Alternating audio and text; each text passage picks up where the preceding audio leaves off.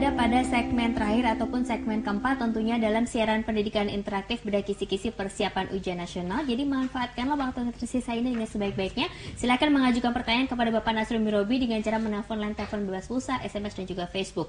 Nanti kami akan menggelar kuisi kuadran cerdik, cepat, cermat dan ceria. Oke Pak Nasrun, pada segmen terakhir ini tentunya ada indikator yang terakhir pula, itu indikator keempat. Untuk saat ini. Ya, untuk hari ini banyak, adalah soalnya. indikator keempat ya. Iya. Oke, di indikator keempat ini kita akan membahas mengenai apa Pak Nasrun?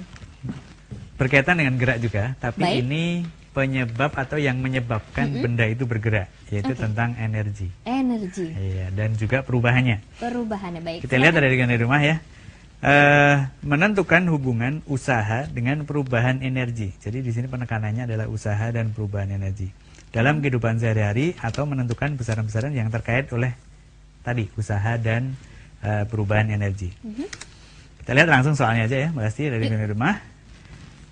Soal yang pertama, partikel dengan massa 1 kg didorong dari permukaan meja yang ketinggiannya 2 meter.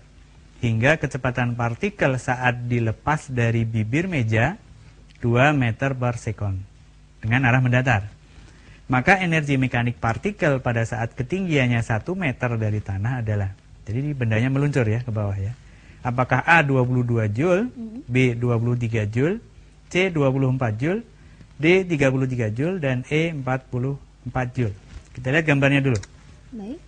Nah, di sana ada benda didorong ke arah kanan, ini ya, didorong ke arah kanan.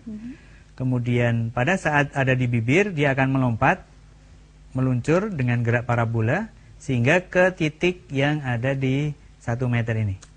Gitu. Dengan kecepatan mendatar pada saat benda itu berada di bibir, itu V. Ketinggian ujung bibir meja itu 2 meter.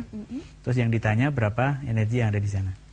Jadi kalau kita lihat animasinya, ini adik-adik yang dari rumah ya. Jadi benda itu bergerak sampai pada titik itu. Jaraknya 1 meter. Nah, ini hasilnya. Energi mekanik yang ada di titik 1 itu merupakan jumlah energi potensial di titik 1 dan energi kinetik di titik 1. Energi potensial rumusnya mg kali H1 ditambah dengan energi kinetiknya setengah mv 1 kuadrat. Kita masukkan nilai angkanya saja.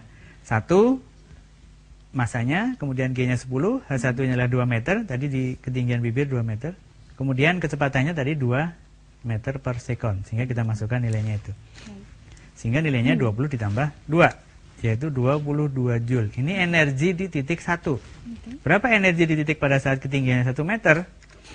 Ya karena energi mekaniknya di mana-mana saja sama, asal gaya-gaya yang mempengaruhi diabaikan, maka energi di posisi 1 tadi akan sama dengan energi yang ada di posisi 2. Sehingga kalau ditanya berapa besarnya energi mekanik di titik yang ada 1 meter tadi atau di ketinggian 1 meter tadi, ya nilainya sama, yaitu 22 Joule. Oke, jadi segala sesuatu ya berkaitan dengan sistem benda itu kalau diselesaikan dengan konsep energi itu akan lebih mudah daripada kita menggunakan usaha atau hukum Newton dan lain sebagainya. Jadi begitu.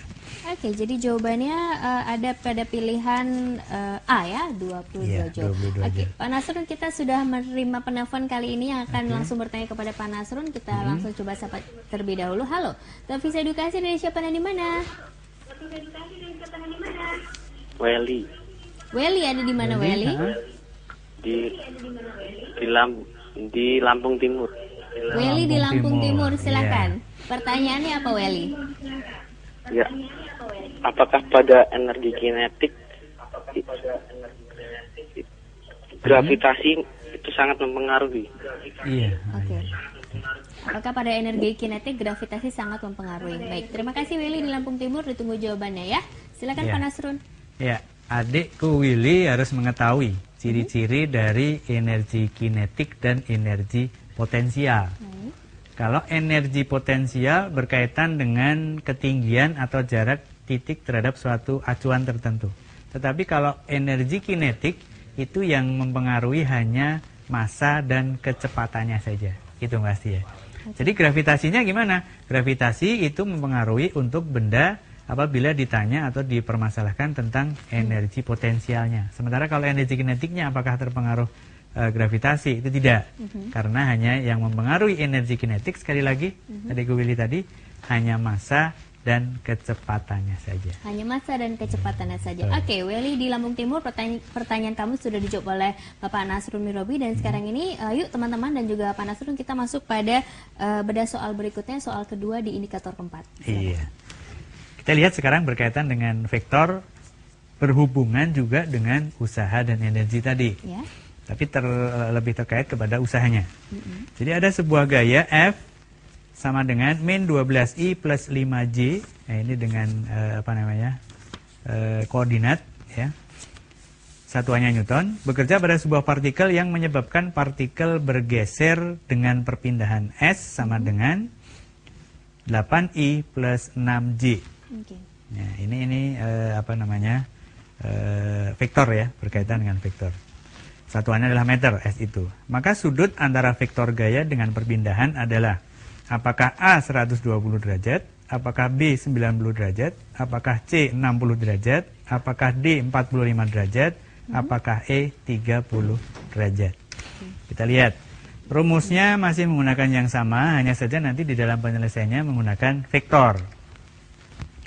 W sama dengan F dot S, pakai dot, karena ini berkaitan dengan vektor. F-nya tadi apa? Min 12I plus 5J, dot 8I plus 6J. Kita langsung masukkan operasi vektor min 12 kali 8 plus 5 kali 5.6. Sehingga nilainya min 96 plus 30. Sehingga min 66 Joule. Gitu. Maka untuk mencari sudutnya kita menggunakan operasi vektor W F dot S tadi nilainya F kali S cos theta. Nah, theta ini yang kita cari. Thetanya berapa? Kita masukkan nilainya, tadi nilainya min 66, kita masukkan ke W, kemudian Fs-nya kita masukkan, sehingga tetanya bisa dicari. Nah, min 0,507 itu nilainya cos theta, sehingga tetanya 60 derajat. Nah, ini adik-adikku mesti harus sudah tahu nih matematiknya. Kenapa kok di sini min, terus nilainya tadi positif.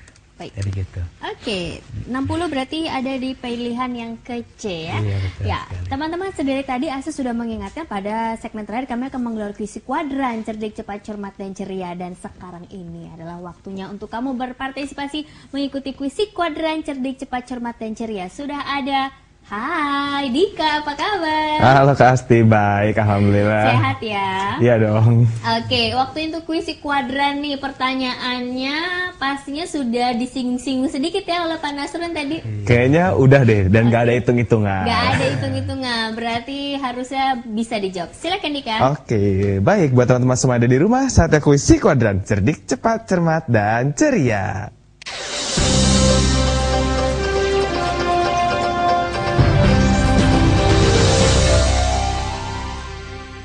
Halo teman-teman semua yang ada di rumah, bertemu lagi dengan saya Dika dalam kuis kuadran cerdik, cepat, cermat, dan ceria.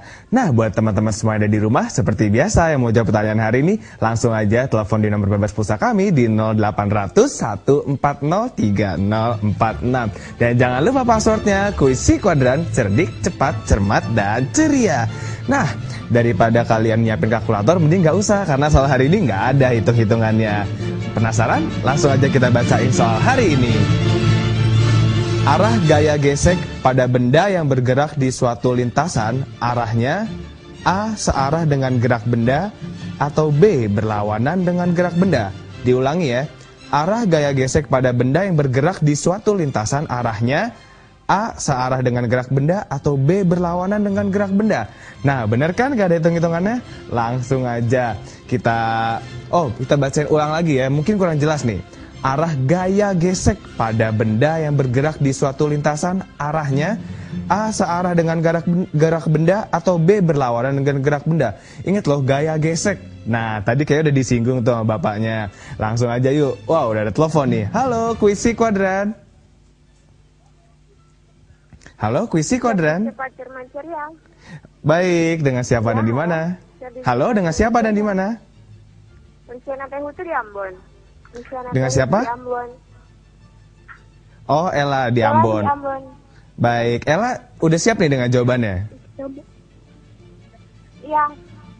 Oh, baik, Ella, jawabannya apa nih, Ella? Jawabannya B. B. Kita lihat ya yang ada di kertas ini. Dan jawaban kamu ternyata benar, B. Berlawanan dengan gerak benda. Selamat buat Ella, kamu mendapatkan hadiah menarik dari kami seperti ini loh. Wow, bagus kan? Oh ya Ella, jangan tutup dulu ya teleponnya karena kamu akan diminta data dari kami. Nah, buat teman-teman semua yang ada di rumah, sampai jumpa lagi dalam kuis Psikuadran berikutnya. Cerdik, cepat, cermat, dan ceria. Kembali ke Kak Asti.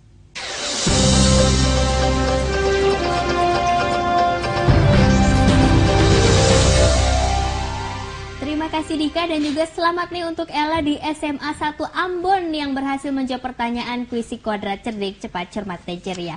Baiklah teman-teman, kita sudah berada di penghujung acara. Jadi saya akan meminta kepada Pak Nasrun untuk memberikan kesimpulan, benang merah atau penyemangat lah untuk teman-teman semua yang 2 minggu lagi akan bertemu dengan ujian nasional. Silakan Pak Nasrun. Iya, kata sebuah nyanyian, tinggal menghitung hari pasti ya. Tinggal menghitung hari. Iya, betul. Ya. Jadi untuk hari ini kita akan membahas tadi kita membahas 4 ya. Yang pertama, indikator pertama tentang hukum Newton, indikator yang kedua tentang gerak melingkar, gerak parabol dan sebagainya. Kemudian yang ketiga tentang benda tegar. Terus yang terakhir yaitu tentang usaha dan energi. Insya Allah dari keempat indikator itu untuk ujian nasional bisa dikerjakan oleh adik-adik yang di rumah karena mungkin ya sudah siap ya, sudah disiapkan dari awal. Jadi seperti itu. Oke. Ya, pada kesempatan kali ini ada 4 indikator dan silahkan mempelajari lebih lanjut indikator tersebut ya supaya teman-teman lebih siap lagi dalam bertemu dengan ujian nasional nanti. Baiklah, saya Asti Mohtar, Bapak Nasrul Mirobi dan juga seluruh kerabat kerja dari Televisi Edukasi yang bertugas di hari ini. Kami pamit undur diri. Terima kasih atas perhatiannya. Selamat belajar dan tetap semangat ya. Sampai jumpa.